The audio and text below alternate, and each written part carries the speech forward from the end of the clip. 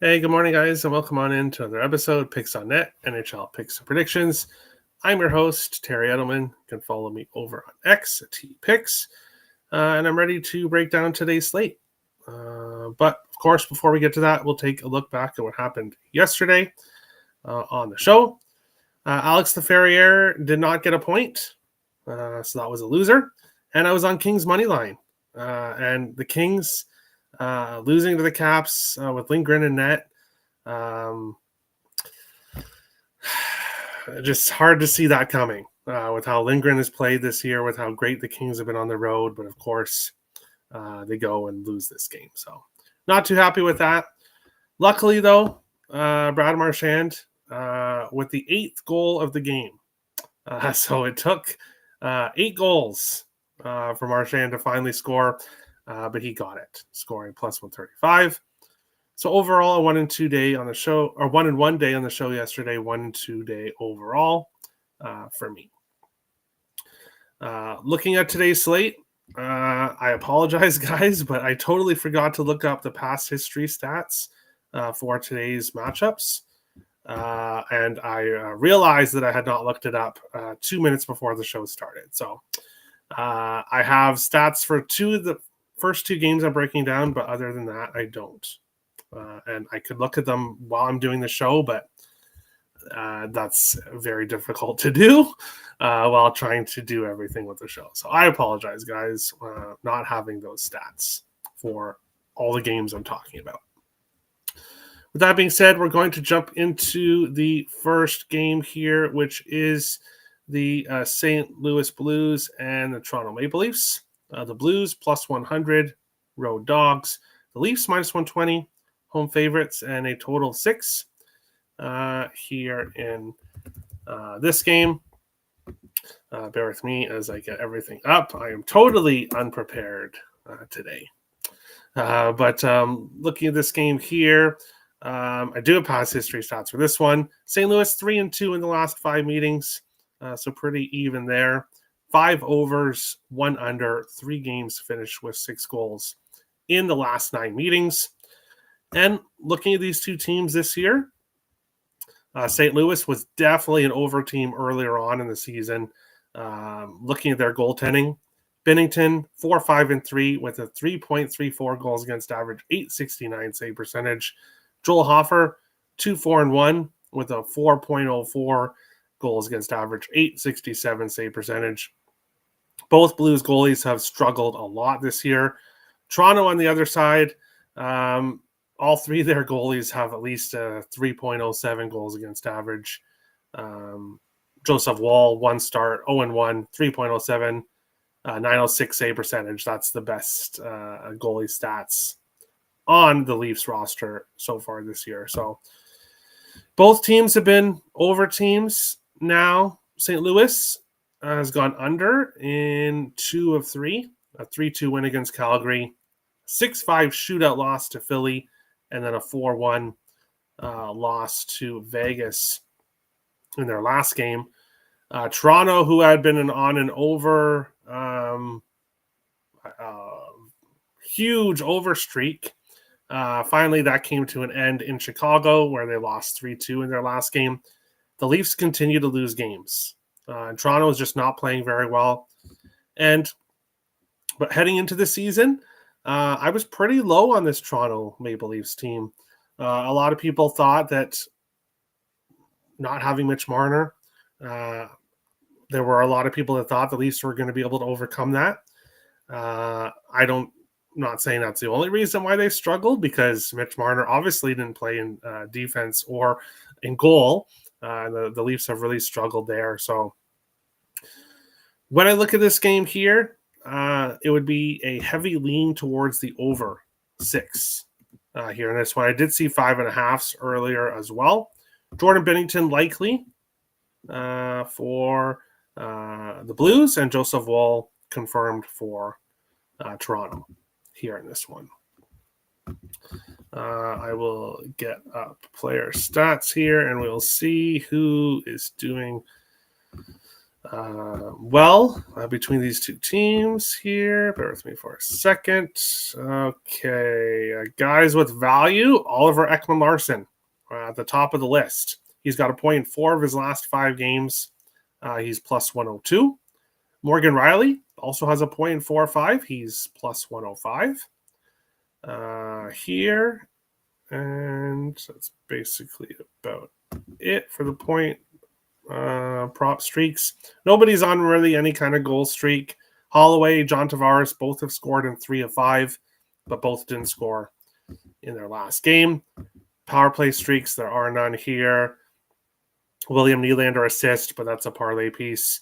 Robert Thomas assist, back-to-back games, 3 of 5, plus 115. And he's also had success against Toronto when it comes to assists. 3 of his last 4 against the Leafs.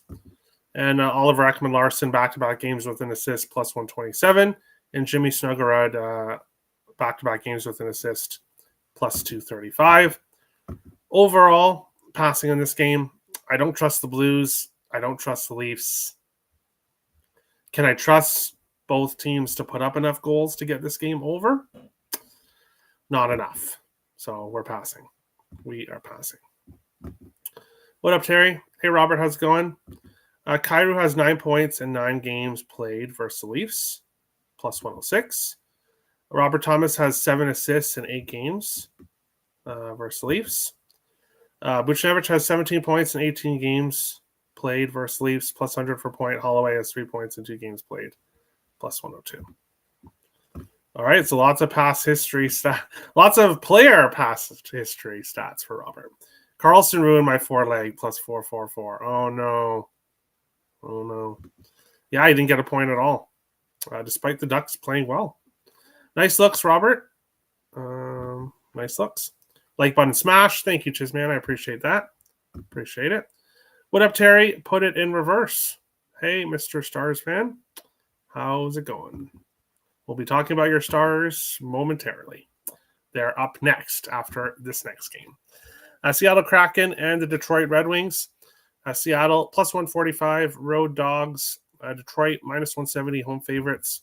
And a total of 6 here in this one. And I will look up past history stats on the website that I used to look at it. If you guys bear with me for a second here. Detroit has won 3 games in a row against Seattle. 4 of the last 5 have gone to overtime. And wow, every single game between these teams has gone over 5.5. We have 2 games that were 6s and 6 games that went over 6.5. So basically, perfect over history between these two teams. I've only played 8 games against each other. Detroit 4-2-2, and 5 of the 8 have gone to overtime. So usually these teams face each other. We get a high-scoring game with Detroit usually finding a way to finish out on top here in this one. Looking at goalies, Seattle gets Joey Daccord back from injury, off injured reserve, and then Matt Murray goes on to injured reserve for the Kraken. Joey Daccord likely here, 6-2-3, 2.83 goals against average, 899 save percentage. Cam Talbot, 7-2, 2.71 goals against average, 896 save percentage here in this game. When I look at this one here, I don't really want to back the Kraken in this spot. Now, they've won back-to-back games against Winnipeg and San Jose. 9-4-5 in the season, 3-3-2 on the road. Detroit, 2-0-1 in their last 3. So after a really hot start for Detroit, they kind of went cold there for a while, but now starting to bounce back here in their last few games. But if this game was minus 110 each way, or even if Detroit was minus 120, minus 125, minus 130, I'd consider Detroit here. But at minus 170, I have no interest in taking the Red Wings at this price. And probably should be looking towards the total with how high the over history has been between these teams. However, Seattle, 3 of their last 4 have gone under 5.5.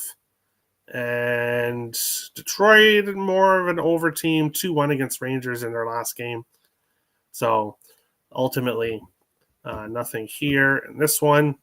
Guys on streaks, though, definitely guys to mention. For Seattle, Matty Beniers has a point in back-to-back games, 3 of his last 5, but has had a lot of success against Detroit. He's played 6 games against Detroit. 3 of those games he had multiple points overall, and 5 of 6 against Detroit. So his point prop minus 105. Definitely value there. Eeli Tolvanen has a point in back-to-back games, plus 110. Jaden Schwartz and Chandler Stevenson, both for Seattle, have points in back-to-back games, 3 of 5, plus 103, plus 107. Moritz Seider for Detroit has points in 3 games in a row, plus 100. And he also has a point in 5 games in a row against Seattle. So here in this one, I would be looking at Moritz Seider for Detroit, and I'd be looking at Matty Beniers for Seattle, and I'd be looking at the over here in this game. I'll jump into the chat. Super bloody pass. Okay. Except for JT Compher. LOL. There you go. Moritz Seider has an assist and 7 assists in 8 games played against Seattle. Plus 150. All right. Was expecting Grube versus Gibb. Now it's Decor versus Talbot. Completely not what IceX wanted to see, and goalies really matter to him. So, yeah, you're completely off there with your expectations. DeBrincat has 5 goals in his last 5 games. Yes, I totally forgot I only mentioned props or points. I didn't get to goals or assists, which I'll get to in a second. Beniers, 8 points, and yeah, he's been great against them. Yes, for sure. Schwartz leads the Kraken with 8 road points. All right. Would you bet Eberle point? He has 26 points in 31 games played versus Detroit. Minus 110 for a point. Well, let's see here. Yeah, and 3 of the last 4 games, he has multiple points. Nothing in the last meeting between the teams. But no, Eberle, 3 of his last 5, he has no points at all. So he's not really consistent right now for me. So no, I would not bet Eberle points. Draw in this one, 5 of the 9. Yes, 5 of the 9 in this series have gone past 9. I thought they only played 8. But yeah, extremely high draw history between these two teams and over history for sure. But next up, the New York Islanders and the Dallas Stars. Don't worry, I have 2 plays coming in this game. So I know no plays in the first 2 games, but Islanders plus 150, road dogs. The Dallas Stars minus 180, home favorites, and a total of 6. Here in this one, I will take a quick look here at previous games between these two teams. Dallas 5-0-2 in the last 7 meetings. Swept the Islanders last year, 3-0 in Dallas, 4-3 in New York. 3 of the last 5 have gone to overtime. Both games last year didn't, but the previous 3 did go to overtime. The Islanders, people call them the Thailanders. And then you got Dallas, who's definitely been an overtime team in the past a lot. So I could potentially see overtime here in this one. This Islanders team is playing better than I think anyone really expected. Better than I expected them. 10-7-2, 6-4-1 on the road. Dallas 12-4-3, 6-3-1 at home. Islanders had gone overtime in 3 games in a row, but lost their last game 4-1 in Colorado. And then Dallas really hasn't been going to overtime a whole lot. They did against Ottawa 3-2, but the other 4 games on this 5-game win streak were all in regulation. 5-4 against Nashville, 2-1 against Seattle, 7-0 against Montreal, and then 5-1 in their last game against Philadelphia. The Stars are playing extremely well their last couple games, but during this win streak, With that being said, though, minus 180. At this price, I would have to go with the Stars in regulation if I wanted to back them as a side. And I don't quite feel comfortable doing that with this Islanders team, who, losing 4-1 to Colorado is nothing to be upset about. Colorado, a very, very good team this year. We're seeing that, but had won their previous games, was on a nice winning streak. So nothing here when it comes to the side. But player props, I will start with the road team. Spoiler alert, I have one play for each team. Emil Heineman, anytime goal, plus 350 here in this one. Heineman has been a huge surprise for this Islanders team this season. Bear with me for a second as I get it up here. He has scored in 3 games in a row, and he's plus 350. So that's all that needs to be said. Great value for a guy that's on a streak and that has scored goals throughout the season so far. He has been hot for the Islanders. And then for Dallas, not nearly as great odds, but Jason Robertson, anytime goal, plus 135. Why am I taking Robertson anytime goal? Well, the last 3 games, he has 6 shots on goal in each game. One game, he has 7 shots. So at least 6 shots on goal in 3 games in a row. He scored in all 3 games, 1 goal, 2 goals, and then 3 goals in his last game. He scored in 4 of 6 against the Islanders. The last time he faced the Islanders last year, he had a hat trick against them. So, yeah, only plus 135, but the way Robertson's shooting the puck right now, the way he's had success against the Islanders, give me Robertson. Anytime goal, plus 135. Normal 1 unit size play here for Robertson. Smaller sprinkle here on Heineman here in this one. But other guys on streaks here in this game, looking at point streaks that have value. Jonathan Drouin, 4 of his last 5 games, minus 110. Robertson, over 1.5 points, 3 games in a row, plus 174. Here, other goal streaks other than Robertson and Heineman, who both scored in 3 games in a row. Tyler Seguin has scored in back-to-back games for Dallas. Power play point, Mikko Rantanen, 3 games in a row with a power play point. And all this guys on both sides here. So Robertson, Rantanen, Johnston, Hintz, and Heiskanen all have a power play point in 3 of 5. So Dallas power play has been really hot recently. Bo Horvat also has 1 in 3 of 5 for the Islanders. And then assists, the best guy on assist streak is Rantanen. 8 of his last 10, 4 of his last 5, 3 games in a row, but minus 135 for an assist. Not a lot of value there with his assist prop. Yes, 8 games with Seattle, Detroit. Okay. Dallas over 6. Interesting. Heiskanen assists and Stars money line plus 144. That could be a good way to bet the Stars if you wanted to bet the Stars. Heineman, not only goals in 3 straight, but the first goal of the game in all 3. Plus 900 for the first Isles goal and plus 1,800 for the first goal of the game. Very nice. I like it. Bo Horvat, anytime goal, plus 180. Yeah, he's been good for the Islanders. November overtime numbers. 42 of 125 games have gone to overtime. If you played all of them, you're up plus 53.9 units. Wow. Wyatt Johnston, anytime goal, plus 140. Probably because I'm not taking him.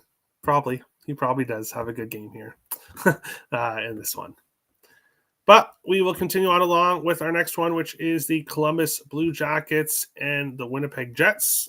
Columbus plus 150, Road Dogs, and go back. Did I forget to mention goalies here? Of course I did. Ilya Sorokin likely for the Islanders. Jake Onger confirmed for Dallas.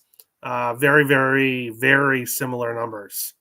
Sorokin, 2.91 goals against average. Onger, 2.89. Sorokin, 898 save percentage, 896 for Ottinger. Both have one shutout. Sorokin, 6-5-2. Ottinger, 7-3-2.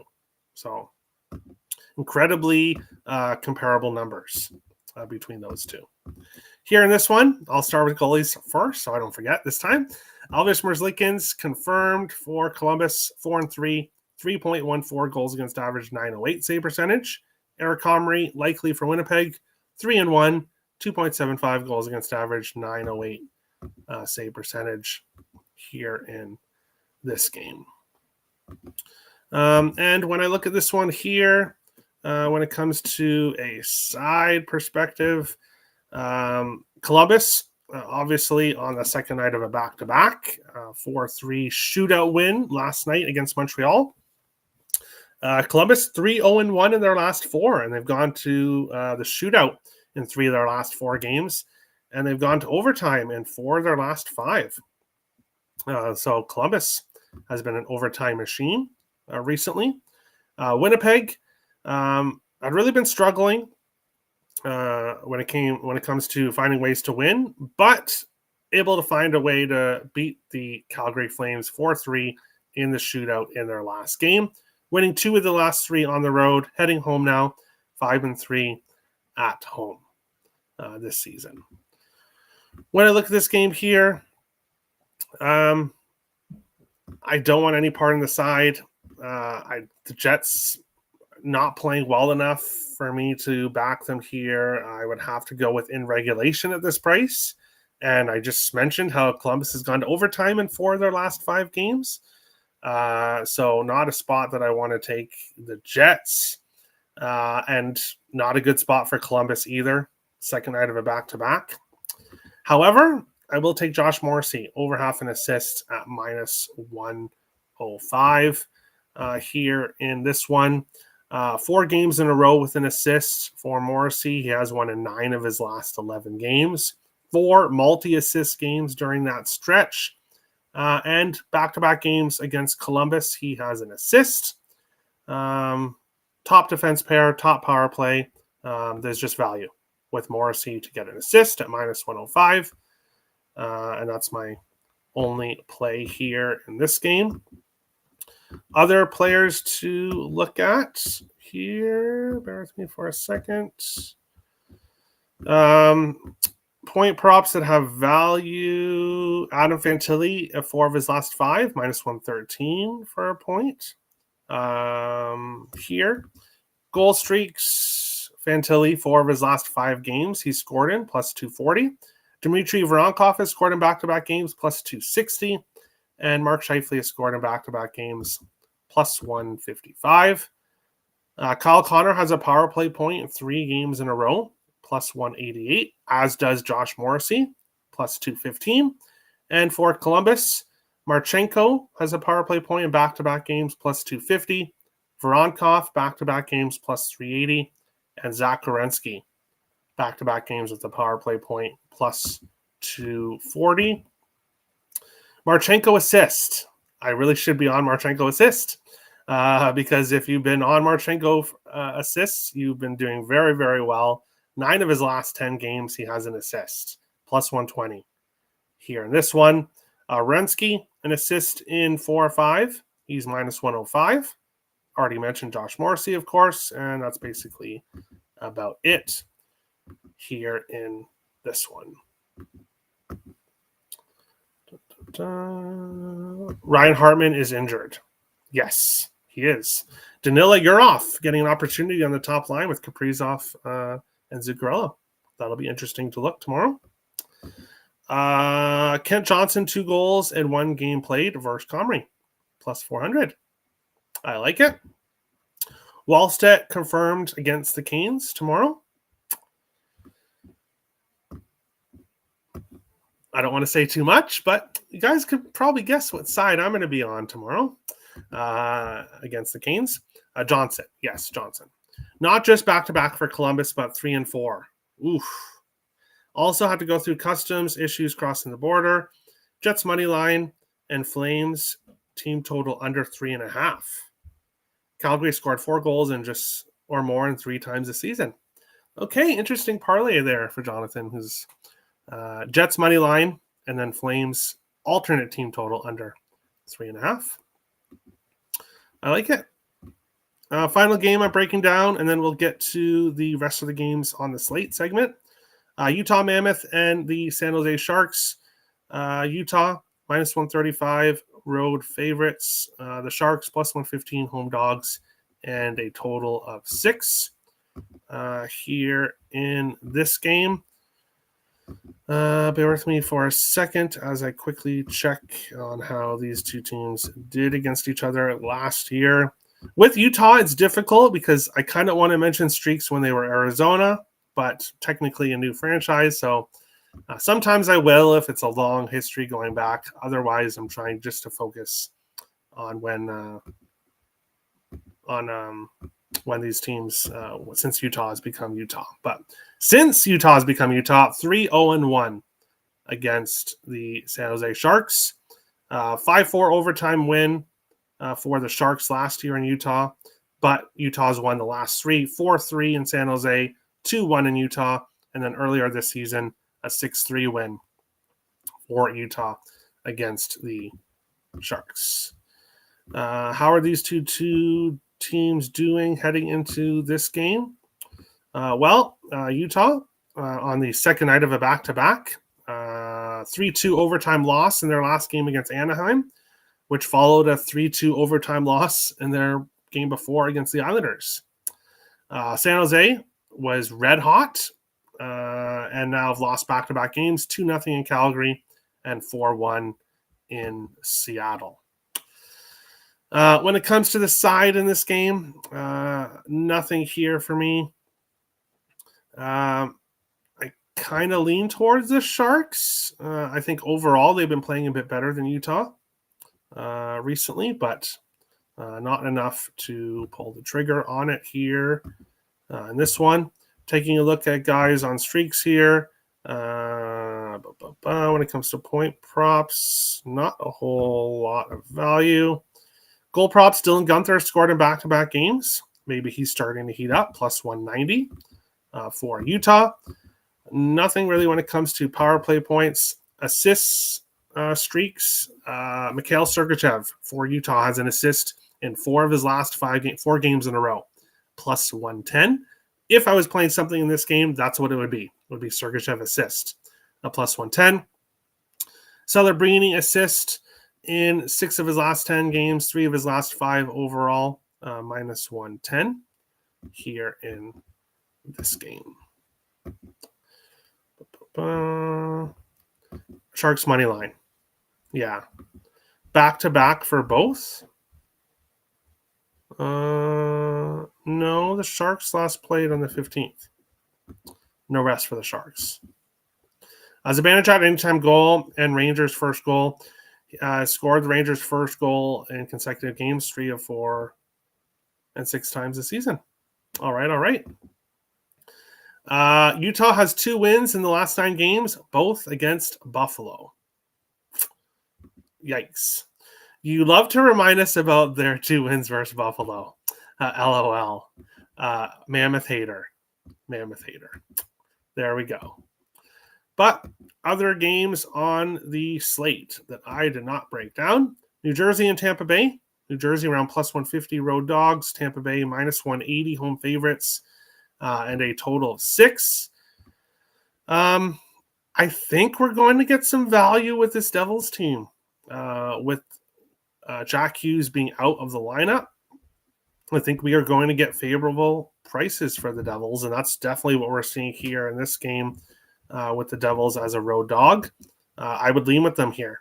They have won 4 of their last 5 games, and they've also gone to overtime in 5 games in a row. So this is what is great for Jonathan Davis and his overtime props. Their teams are going to overtime a lot, as we continue to talk about, and streaking too. So 5 games in a row for the Devils. Tampa on the other side haven't gone to overtime in a while. 6-2 loss in their last game against Vancouver, 3-1 win against Florida, 7-3 loss against the Rangers. So Tampa's kind of all over the place right now. I lean heavily with the Devils. I like them as a road dog here. Other games that I did not break down: Calgary and Chicago. The Flames now minus 120 road favorites, and the Blackhawks plus 100 home dogs, a total of 6. Confused on why the Hawks are now dogs here in this one. Now, they were minus 110 earlier each way, so maybe the fact that Soderblom is starting is scaring some people off taking the Hawks here. But Soderblom, 2-2-1, 2.63 goals against average, 918 save percentage, was great in their last game against in his last start against Detroit. Only gave up 1 goal, 45 of 46 shots he saved. So Chicago's playing well right now. I would lean with them here in this spot as a home dog. If you've been fading Calgary this year, you've been doing pretty well. Rangers and the Vegas Golden Knights. Looking here at this one, the Rangers as a road dog are very, very appealing because they are 9-1-1 on the road this year. This Rangers team continues to find ways to win on the road. Vegas 8-4-6 now on the year. So those overtime losses are piling up. 4-3-3 at home. Coming off a 3-2 overtime loss against the Wild. Now, I would say that should have been a spot for Vegas to win, but both teams on the second night of a back-to-back, so it is what it is. There, I lean with the Rangers as a road dog here in this one. Vegas just hasn't been playing well enough, and this Rangers team has been so dominant on the road, but like we saw with the LA Kings yesterday, Vegas could definitely win this game, even though things point to the Rangers. And that's it. That is today's show. Tomorrow, 4 games tomorrow. I don't really like them. And tomorrow's my birthday. So I might take the day off tomorrow's show. If I do one, it's going to be very quick, and you guys might only get one play. So we'll see what happens when it comes to tomorrow. Maybe when I look into the slate more, maybe I'll find something else that I like better. We'll have to see. But last night, Cooley scored his first goal since the new contract was announced. Maybe the start of a run. Okay, I like it. The Lightning came to my nightclub when they were here in Vegas. Got to see them in person. Too bad I couldn't get anything signed. Oh, no. Oh, that sucks. Well, it's cool you got to see them, but Luke Hughes point minus 110. Yes, Luke Hughes has been doing well. And actually, thanks for reminding me to mention guys that are on streaks in these games that I didn't bet. Arseny Griciak for the New Jersey Devils, plus 109. 1 game against Tampa, he got a point against them, but he has points in 3 of 5. Luke Hughes, a point 3 games in a row, minus 105.